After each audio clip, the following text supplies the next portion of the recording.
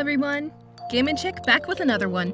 As per my usual, before we get started, I would like to give a shout out to the great people over at WayForward for providing me with a review key to make this review possible. You the real MVP.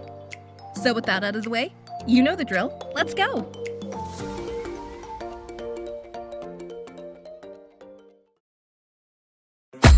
Shantae Risky's Revenge Director's Cut is an adventure platformer developed and published by WayForward.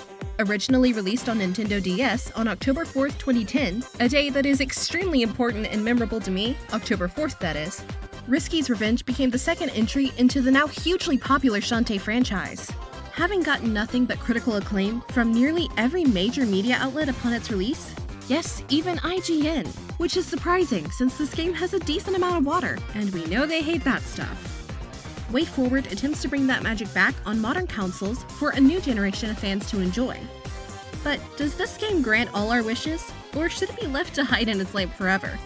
Well, grab your glass of lemonade and sip that Mr. Pibb, because it's time to let this genie in a bottle out and answer all of our questions. So, story. It's time for the annual Relic Hunters Expo, an event for anyone and everyone to come show off all their major hauls that they have managed to find or dig up. Things are all proceeding just as expected. That is, until Uncle Mimic unearths an old and mysterious lamp that houses many powers. But just as everyone is trying to come to grips with what has just been found, an old rival appears before you once more in her pirate ship and steals the lamp away.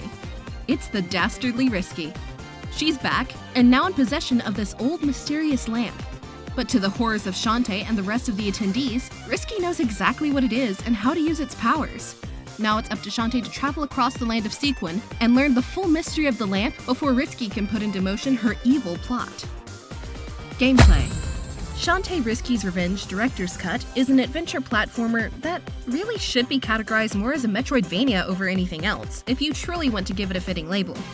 At its core, Risky's Revenge is pretty basic in the gameplay department compared to later entries into the franchise. But that's not a slight against the game, far from it.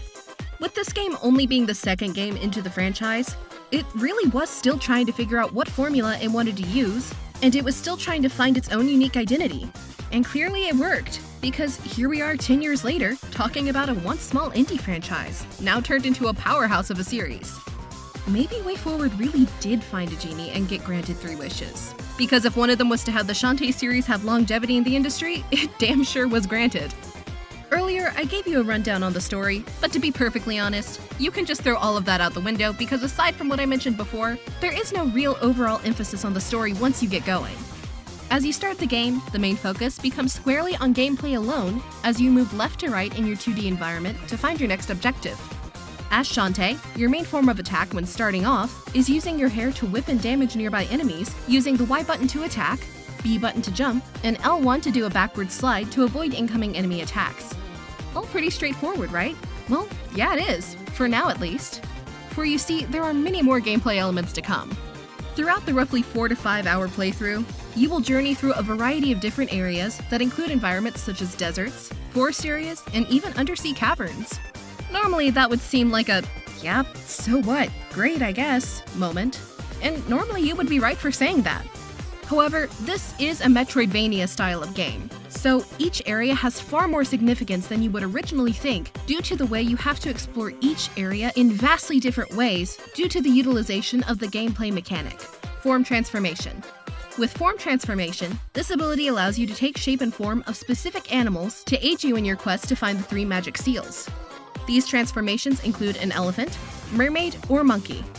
For instance, should you come to an area in the game that seems impossible to get up to or a platform that just seems too high, this is where your monkey transformation would come into play.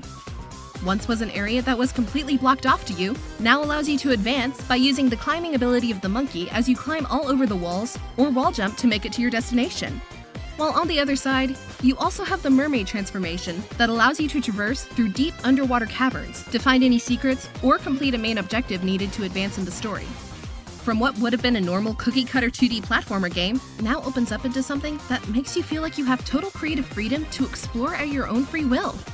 As you move forward with your new abilities you gain the further you move along, you're rewarded with boosts to your overall health, attacks, and animal transformations once you complete a dungeon or one of its mini boss fights. But beating dungeons isn't the only way to get new abilities or upgrades, because you can also go into town shops to purchase stuff as well. But I would highly not recommend actually doing that, especially on your first playthrough, because purchasing from the store makes the game vastly easier, more so than it already is if I'm going to be honest. So try to control the impulse to buy.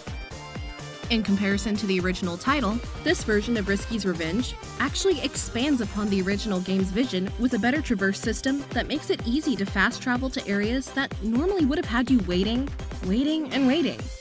But where it got a few things right, a few other additions or lack thereof was put into its place. While yes, traversing is easier here, it's still not quite where we need it to be, due to the game not marking on your map the places you have previously been and saving them. For instance, if you make it to the far end of the map and explore around for an objective, there isn't an indication of you actually being there, which in turn makes you research areas you've already been to should you forget what you did there. Couple into it the fact that there's also no map system for the dungeons themselves, and you have a headache on your hands. When you're not completely lost and manage to find your way out of these dungeons, you'll be greeted to my favorite parts of the game, the boss fights. These are the real stars of the game, in my own opinion, because of the charm and creativity shown by the developers. From fighting a giant pirate ship that's actually alive, where you must dodge projectiles such as cannonballs and damage it via exploding barrels, to a giant little one-toothed squid that tries to crush you from above with other little squids. The fights are very creative and a lot of fun, and personally are my highlight of the game. Extra stuff.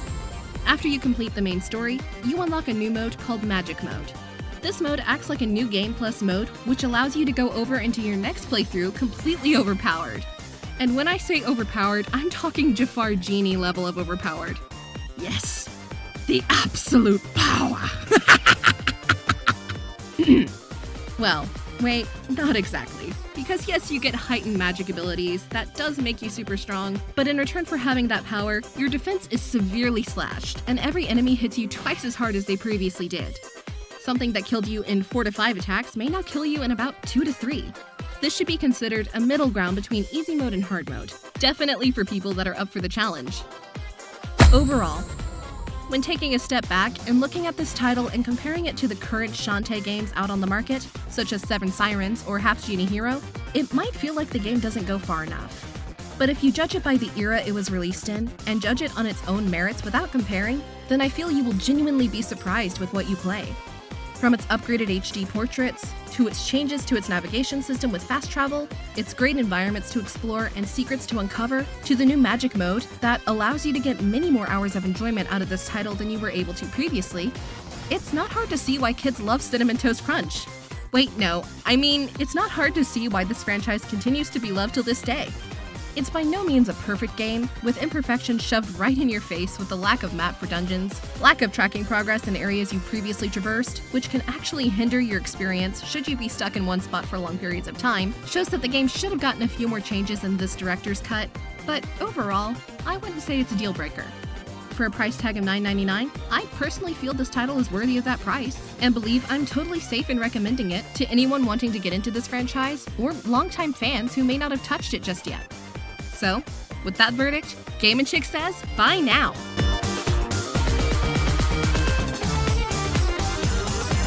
Hey everyone, thanks for watching! I really hope you enjoyed that review, and I look forward to bringing more to you in the coming future.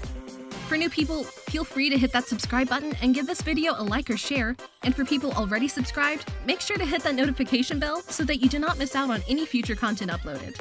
Also, feel free to click on my other reviews linked above because they're kinda cool too, so give them a look. Once again, thank you so much for watching, and I'll catch all you chickadees on the next one. Queen!